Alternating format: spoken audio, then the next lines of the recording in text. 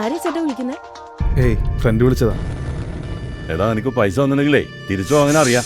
എനിക്കൊരു സമയം താ, ഞാൻ സെറ്റിൽ ചെയ്ത ചേട്ടാ കഴിക്കാമാ. ഇങ്ങനെ ഹലോ നന്നായിണ്ടാ. തന്നോട് ഞാൻ പറഞ്ഞാലോടോ വിളിക്കരുതെന്ന്. ഒരടവല്ലേ ഉള്ളൂ, അടയ്ക്കാന്ന്.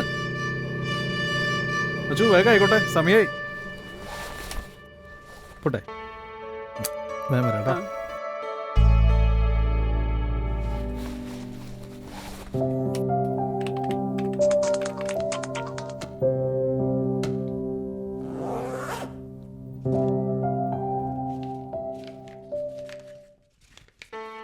ഐശ്വര്യ ഗോൾഡിലേക്ക് പോണേട്ടോ, എല്ലാം ശരിയാവും.